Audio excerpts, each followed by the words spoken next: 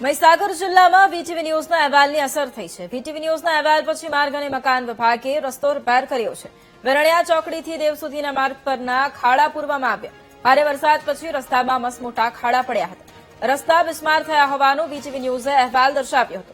VTV ન્યૂઝના અહેવાલ પછી રસ્તો રિપેર થતા સ્થાનિકોએ આભાર માન્યો છે। તો મહીસાગર જિલ્લામાં વીટીવી ન્યૂઝના અહેવાલની અસર થઈ છે। અહેવાલ બાદ માર્ગ અને મકાન વિભાગ જાગ્યું અને રસ્તો રિપેર કર્યો છે।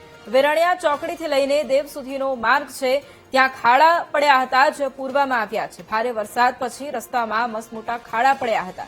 રસ્તા બિસ્માર થયા હોવાનો અહેવાલ પણ વીટીવી ન્યૂઝે દર્શાવ્યો હતો અને રસ્તો રિપેર થતા સ્થાનિકોએ આભાર પણ વ્યક્ત કર્યો।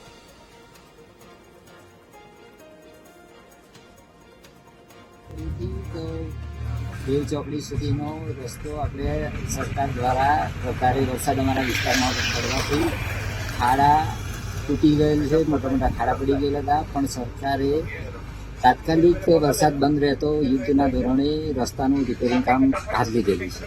આ તો થોડે હંગામી ધોરણે બરોબર છે, પણ આ સાથે સાથે ખાડા પૂરી જાય, રસ્તો સારો થઈ જાય, પણ સાથે સાથે રીસર્કલિંગ થઈ રસ્તો નવો બને અને ભવિષ્યમાં આ મારો આ જે 4-5 કિલોમીટરનો પટ્ટો છે એ આરસીસી બ્લોક બનાવ્યો તો બિલકુલ સરસ રીતે રસ્તો ચાલે। આ થોડા સમય માટે જ રહે છે ને પછી જમીનની ગુણવત્તા એવી છે એટલે રસ્તો બેસી જાય છે। એટલે આ 3 સાલમાં સરસ રીતે આ ખાડા પૂરવાનું કામ ચાલી રહ્યું છે સરકાર શ્રી દ્વારા।